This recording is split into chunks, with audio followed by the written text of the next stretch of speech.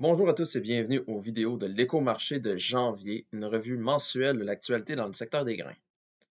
Le rapport mensuel de l'USDA a été baissier, engendrant une baisse importante des contrats à terme depuis sa publication. Les récoltes de maïs et de soya aux États-Unis ont augmenté en raison de la croissance des rendements finaux, bien que les superficies récoltées, elles, aient diminué. Les ventes à l'exportation et les exportations sont toutes deux faibles par rapport à la moyenne des 5 dernières années, dans un contexte où les États-Unis ne sont plus les grands exportateurs des principaux grains sur la planète. D'ailleurs, les déclarations de vente quotidiennes de 100 000 tonnes et plus rapportées par l'USDA ont été tranquilles en janvier alors qu'elles étaient foisonnantes en décembre dernier.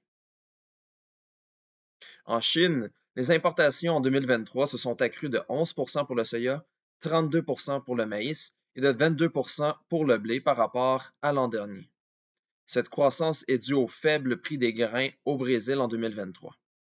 Les importations de soya pour le premier trimestre de 2024 sont estimées en baisse de 20 par rapport à l'année précédente en raison de la faible demande du secteur porcin.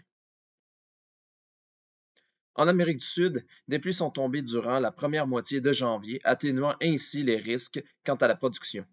Par la suite, le temps sec a permis à la récolte de soya au Brésil de partir sur les chapeaux de roue. Elle est complétée à 11 comparativement à 5 l'an passé.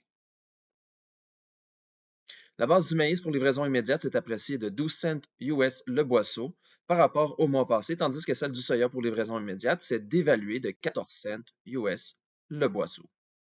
Ce fut un aperçu du mois de janvier. J'espère que cela vous a plu. Si vous voulez en connaître davantage, je vous invite à lire notre texte complet qui est disponible au www.pgq.ca. Je donne rendez-vous dans un mois pour l'édition de février.